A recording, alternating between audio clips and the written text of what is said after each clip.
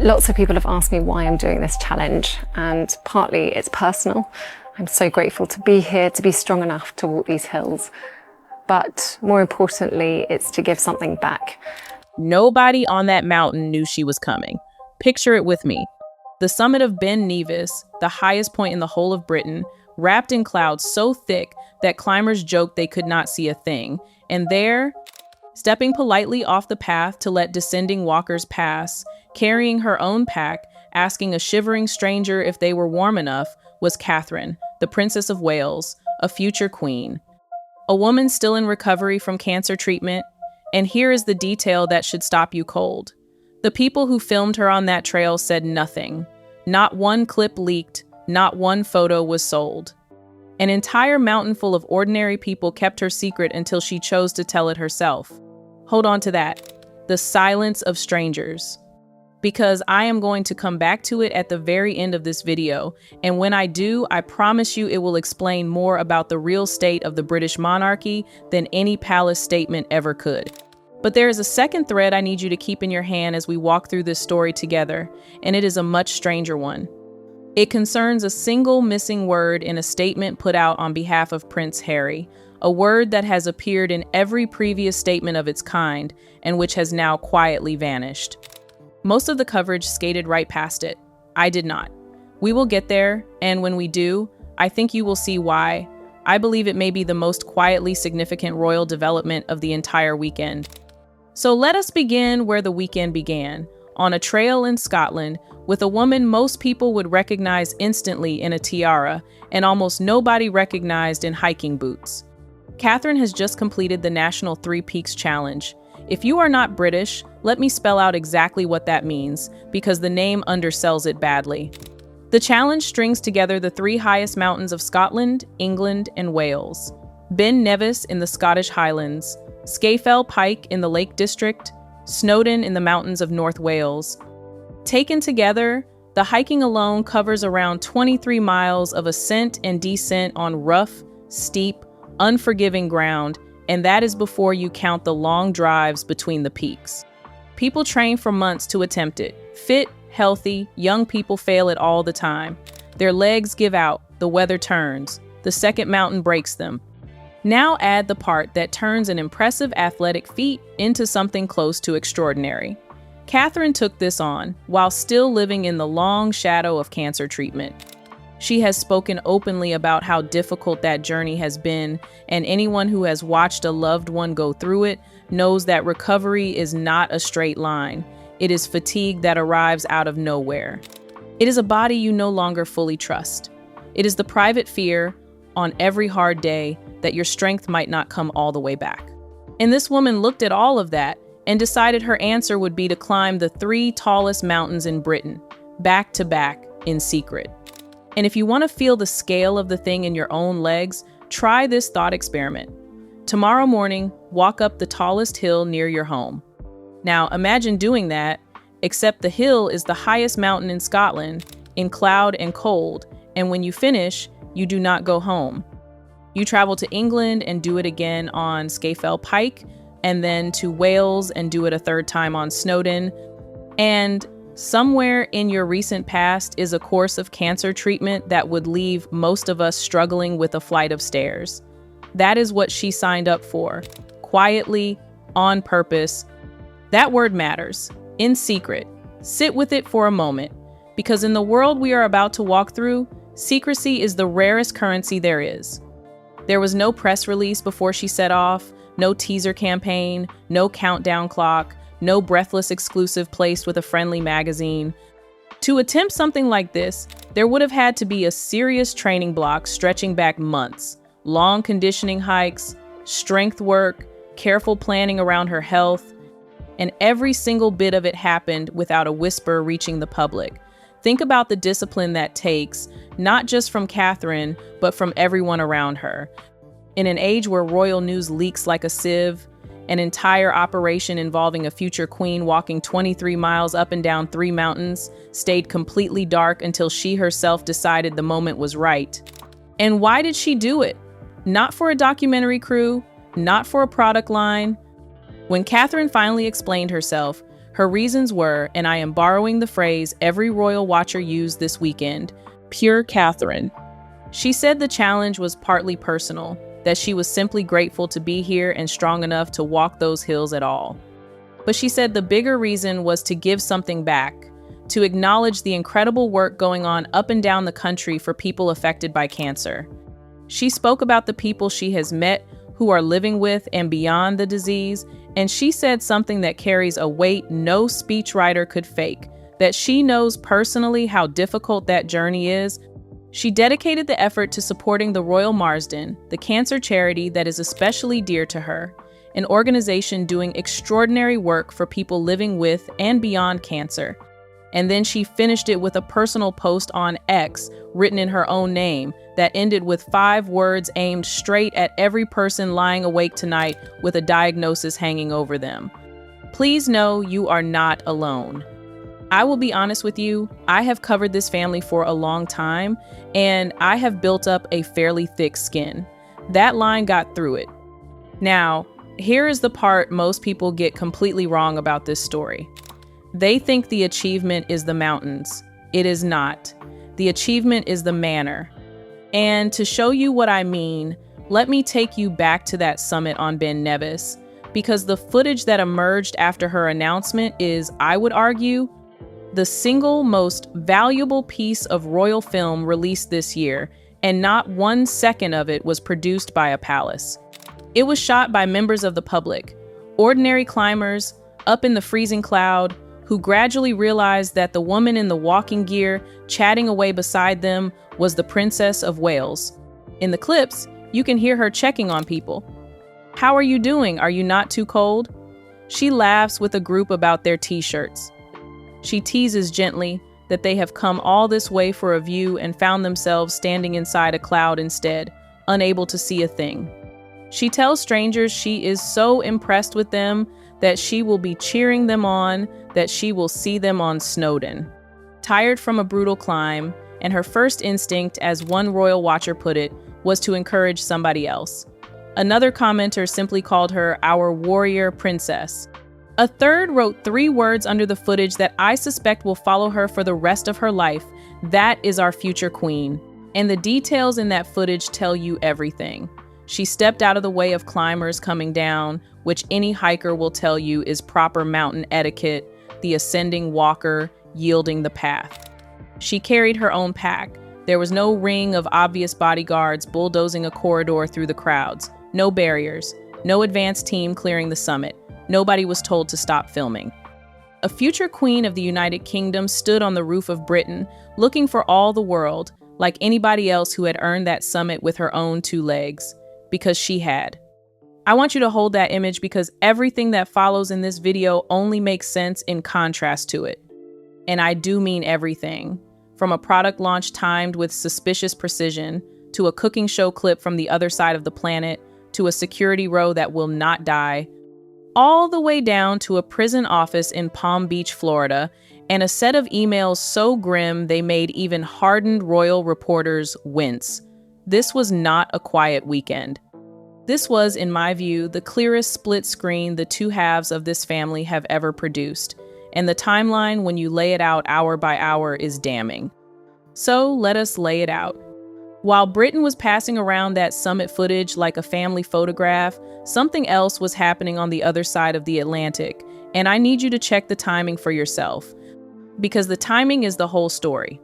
At almost the exact moment the public was being blown away by Catherine's announcement, Meghan Markle launched a new product. A coming soon reveal for her lifestyle brand dropped right into the middle of the biggest positive royal story of the year.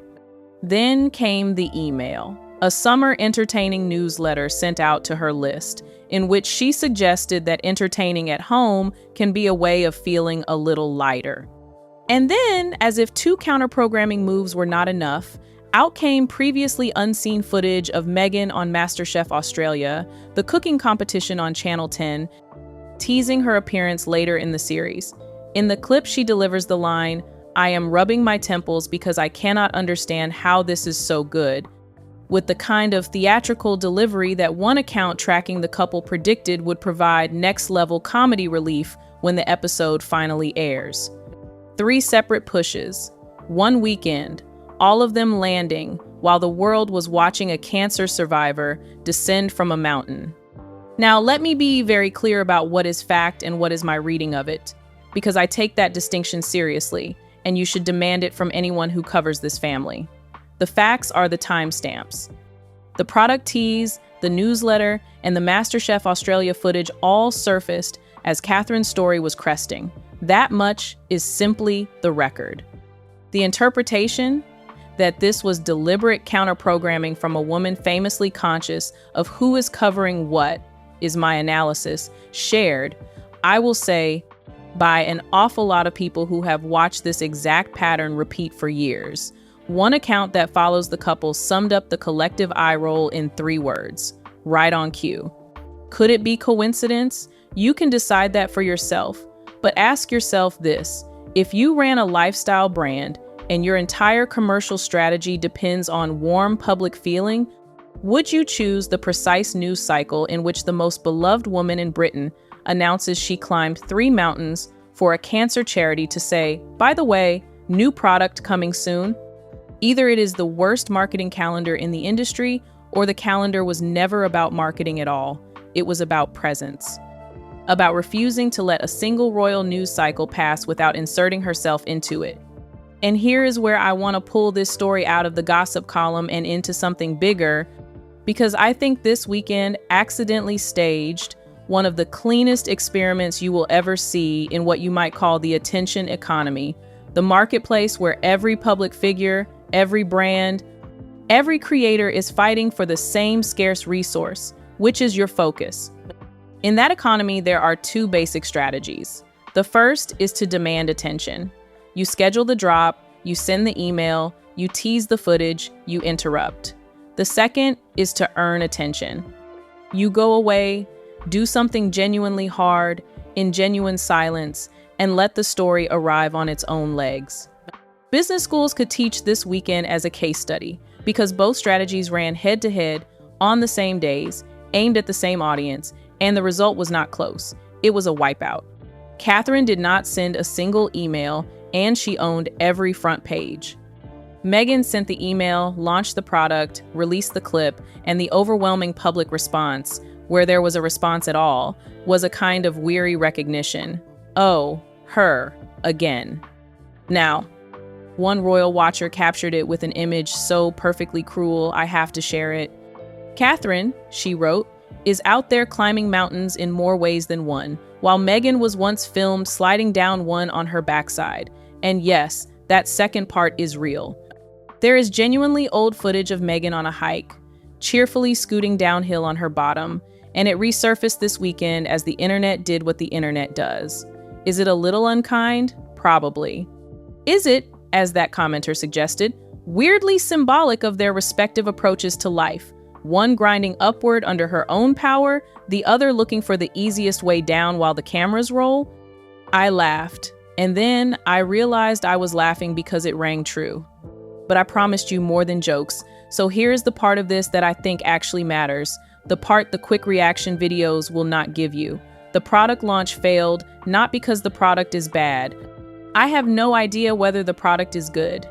It failed because of a concept, the source of all long-term public affection, which is authenticity, cannot be scheduled.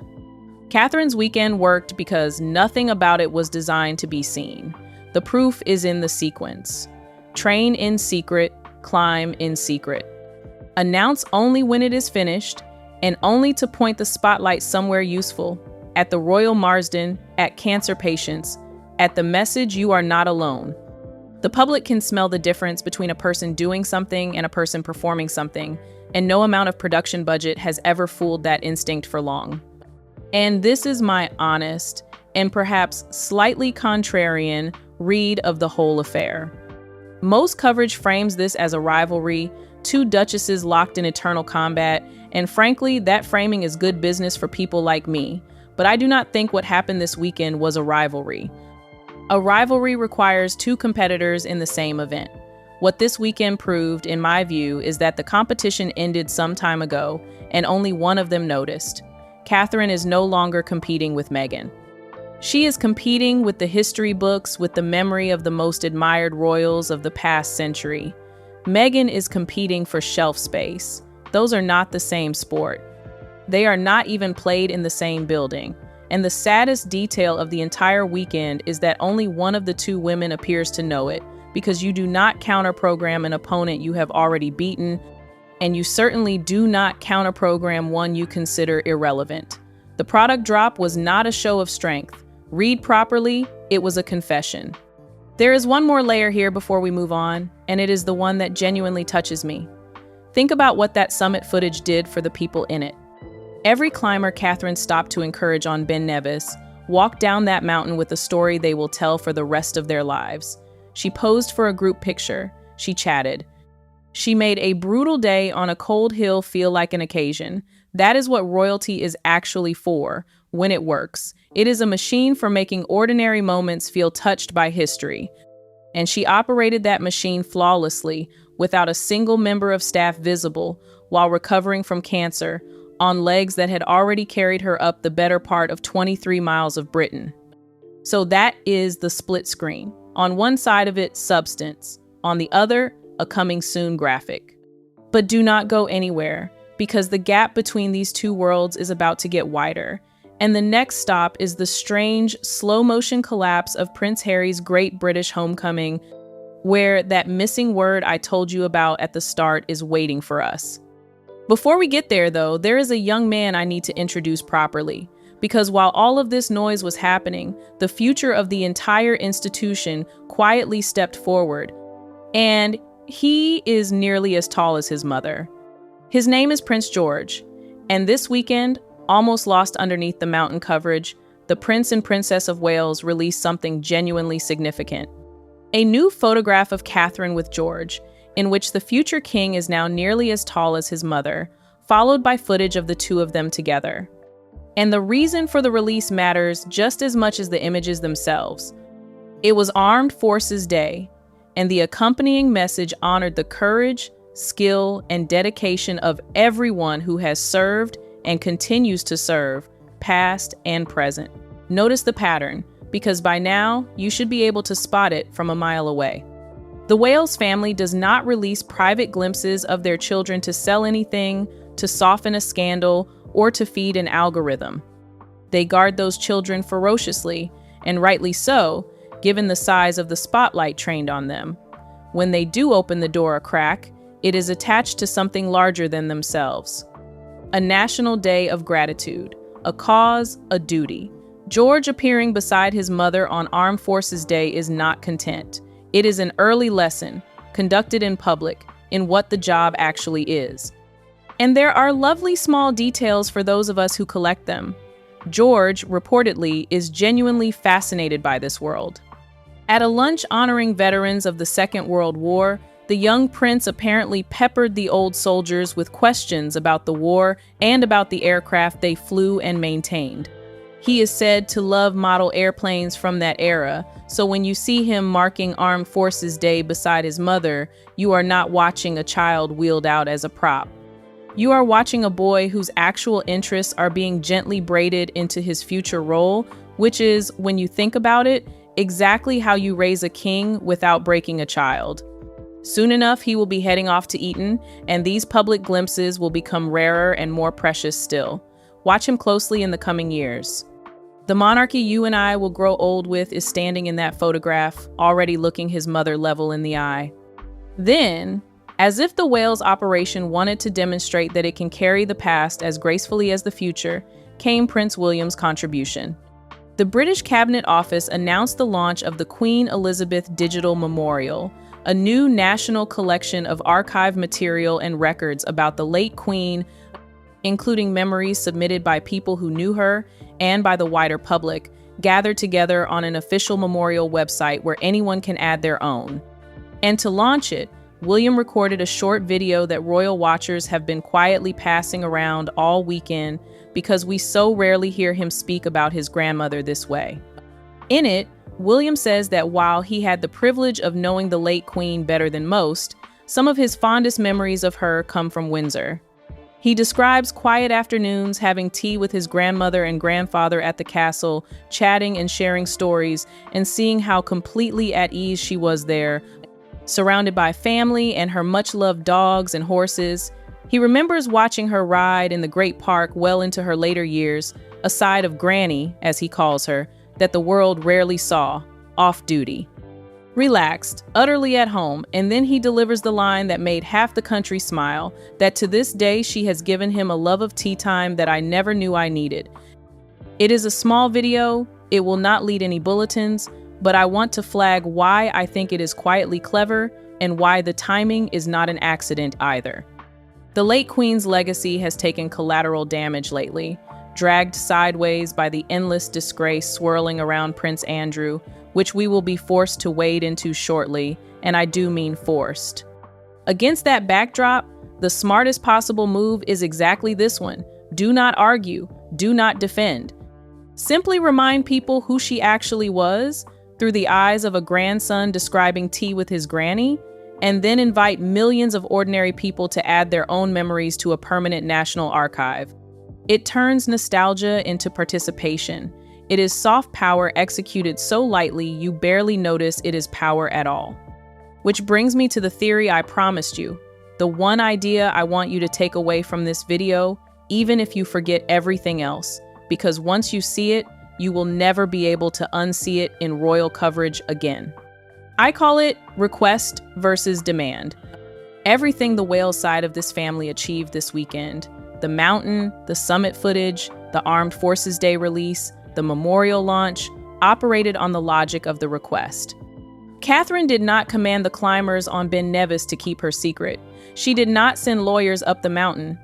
She simply behaved with such obvious respect for the hill, for the other walkers, for the process, that the people around her chose, freely, to give her the privacy she never even asked for.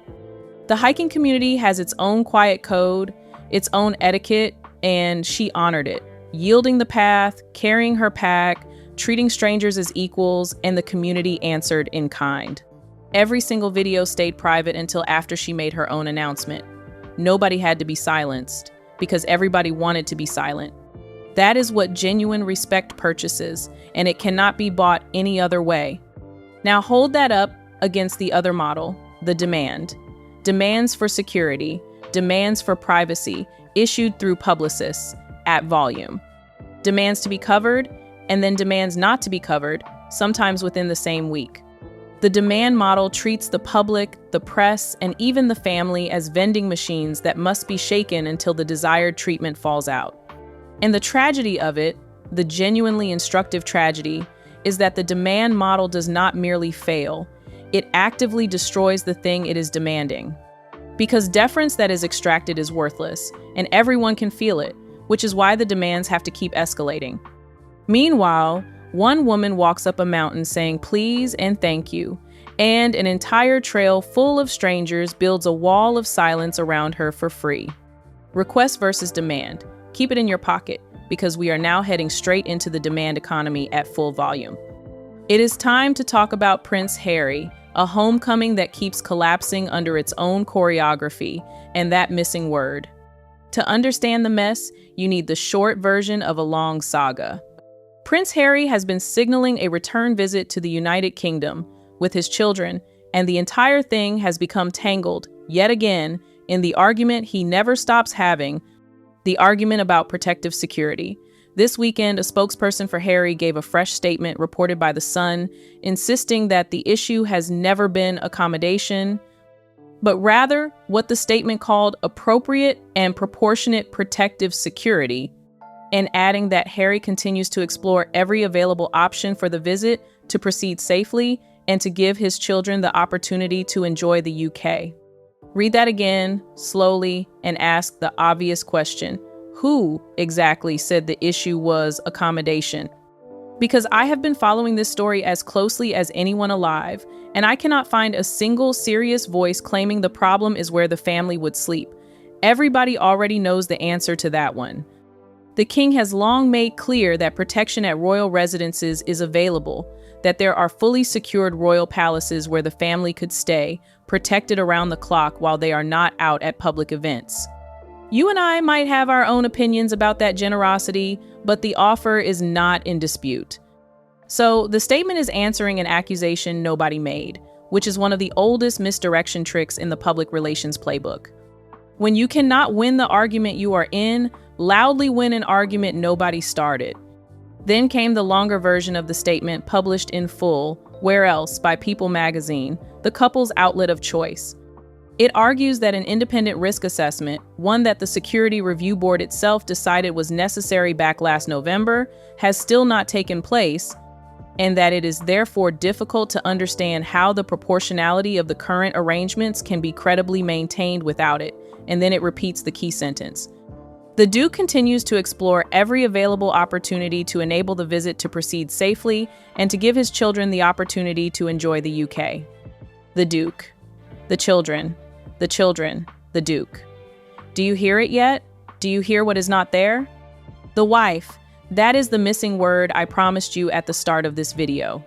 Every previous statement in this endless security saga, and I mean everyone, has been framed around the safety of Harry, his wife, and their children as a unit, a family of 4 under one protective umbrella. This one is not. Twice in one weekend, formal language issued on Harry's behalf described the mission as bringing the children to enjoy the UK, and Meghan has simply evaporated from the sentence. Now, I want to be careful here because this is a genuine observation about a genuine change in official language, but what it means is interpretation, and I will label my interpretation as exactly that. Either the statement is signaling that Meghan is definitely not coming, or it is signaling that her security is no longer being argued for, or, the most interesting possibility of all, the couple's own communications team has decided that attaching her name to this fight now costs more sympathy than it wins. Any one of those readings is significant. All 3 at once would be seismic. Watch this space, because language this carefully lawyered does not drop a word by accident. And while we are being honest about what I think is really going on underneath the security theater, let me put my cards on the table, clearly marked as my analysis. I do not believe this standoff is about security at all anymore. I believe it is about money. Consider the position the couple find themselves in. The great cash geysers of the early years, the memoir Spare, the Netflix arrangement, have already erupted, and you can only sell your life story once. What remains is the brand, and the brand needs products to move, and by every visible indication, they are not moving the way they need to. Now look at a UK visit through that lens. Remember Australia, where Meghan turned a tour into a rolling sequence of outfits and moments, each one postable, each one convertible into commerce. A high-profile British homecoming, wall-to-wall coverage, a new collection photographed against castles and crowds, would be the single biggest merchandising opportunity on the couple's calendar. The security situation, note well, has not changed in any material way. What has changed is the financial weather. So when the visit flickers on, off, maybe, definitely, possibly, my read is that you are not watching a safety negotiation. You are watching a business plan struggling to find a venue. And the collateral damage from all this flip-flopping is very real, which is the part that I think should genuinely embarrass them. Journalists were briefed on an itinerary, told in effect we are coming, here is the shape of it. Charities, and this is the bit that actually angers me, charities were left planning around a visit that might or might not include one or both of them, which for a working charity is not a scheduling annoyance. It is wasted money and wasted staff time that could have gone to the people they exist to serve. Then the whole thing was yanked back into chaos. If you are a press contact or a charity director who took those assurances at face value, you have now learned publicly that assurances from this operation are written in pencil. That is not a security story. That is a reliability story. And reliability, once spent, is the one currency this couple can least afford to lose, because it angers precisely the people who might otherwise have been their supporters. Set the two brothers side by side for a moment, because the contrast this weekend was almost theatrical. One brother spent it launching a national memorial to their grandmother, honoring the armed forces with his son and celebrating his wife's 23-mile act of quiet defiance against cancer. The other spent it issuing statements through a spokesperson about an argument nobody was having, while his wife counter-programmed a cancer charity climb with a product tease and a cooking show clip. I keep saying split screen, but honestly at this point it is barely a screen. It is two different films. And yet, believe it or not, neither of those films contains the darkest scenes of the weekend.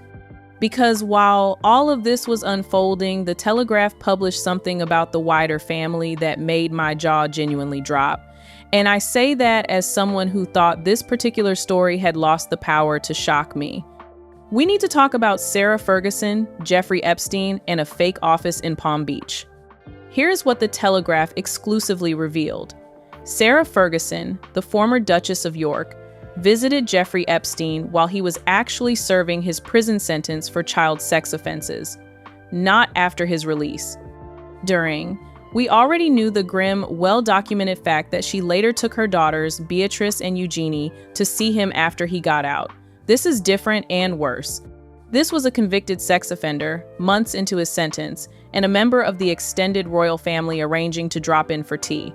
And the mechanics of how such a visit was even possible tell you everything about how prison works when you are rich. Epstein, while officially incarcerated, was allowed out on a work release arrangement built around a company that, according to the reporting, was essentially fake. A bogus firm called the Florida Science Foundation, invented to give him somewhere to go. Through this arrangement, he was reportedly able to spend around 12 hours a day outside his cell at an office in Palm Beach. Read that sentence again and think about what the word sentence even means at that point. They must do prison very differently for men like Epstein in Florida, because for half of every day, his punishment was an office with a phone. According to the Telegraph, Sarah Ferguson met him at that Palm Beach office on 2 separate occasions and planned a third visit to the headquarters of the bogus foundation itself, which only fell through because her travel plans collapsed at the last minute.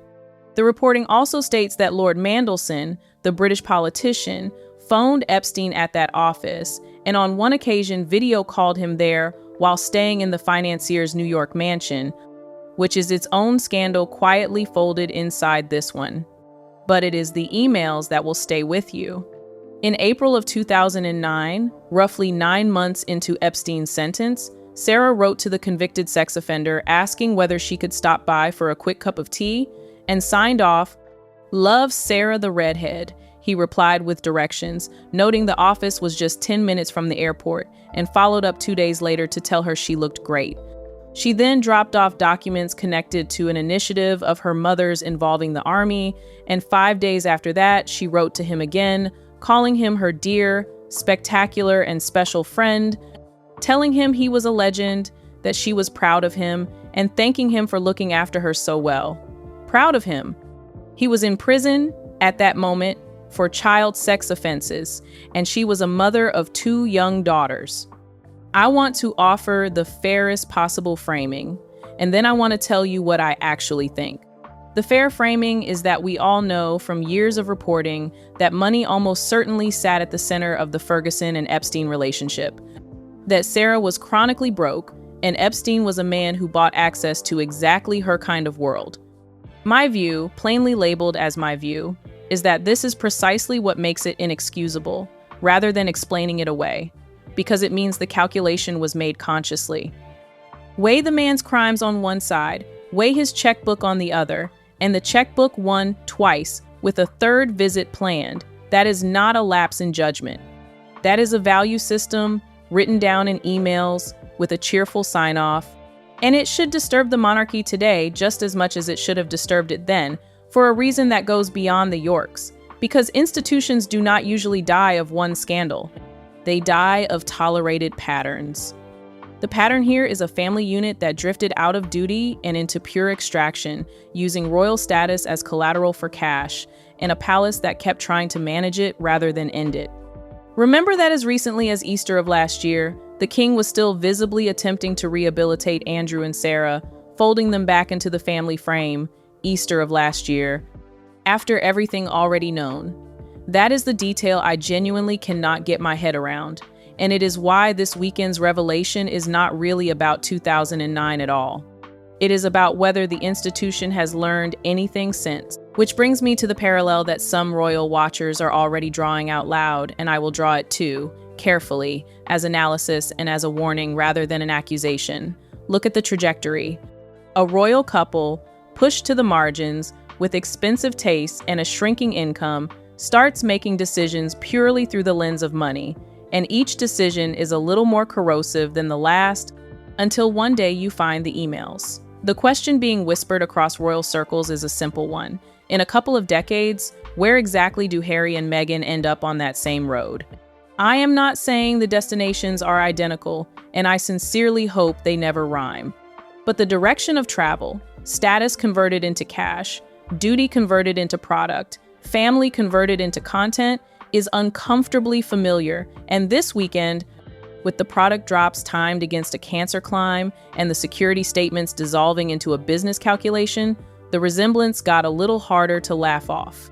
So, we have been up a mountain and down into a Palm Beach office, and it is time to keep my promises because I told you at the start that every loop we opened would be closed, in order. First, the missing word. You now know what it was. In the latest security statements issued for Harry and reported by the Sun and People magazine, the wife has vanished from the language, and the mission has quietly become the Duke and his children. Whether that means Meghan is not coming, or that her case is no longer being argued, or that her name has become a liability in this particular fight, the change itself is real, and you heard it flagged here before most outlets even noticed it happened. And second, the silence of strangers. I told you it would explain the true state of the monarchy better than any palace statement, so here it is.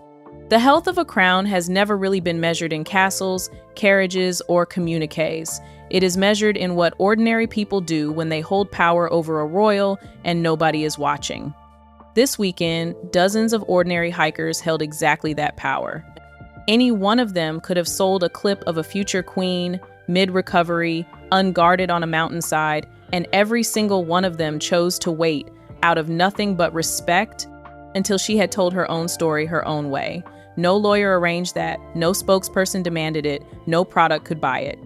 Meanwhile, every demand issued from across the Atlantic purchased a little less goodwill than the demand before it, and a duchess who once shared tea with a jailed sex offender reminds us where the extraction road eventually leads.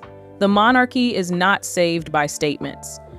It is saved, one summit at a time, by a woman in hiking boots saying, "Please know you are not alone," and by strangers in a freezing cloud deciding freely that she had earned their silence. That is the whole story of this weekend. Substance cannot be counter-programmed. Respect cannot be demanded. And attention, real attention, the kind that lasts, can only ever be earned 23 miles at a time. If this gave you something the quick takes did not, share it with the one person you always argue about the royals with, and stay close. Because when that MasterChef Australia episode finally airs on Channel 10, temples will be rubbed, and you and I are going to sit down and watch it together.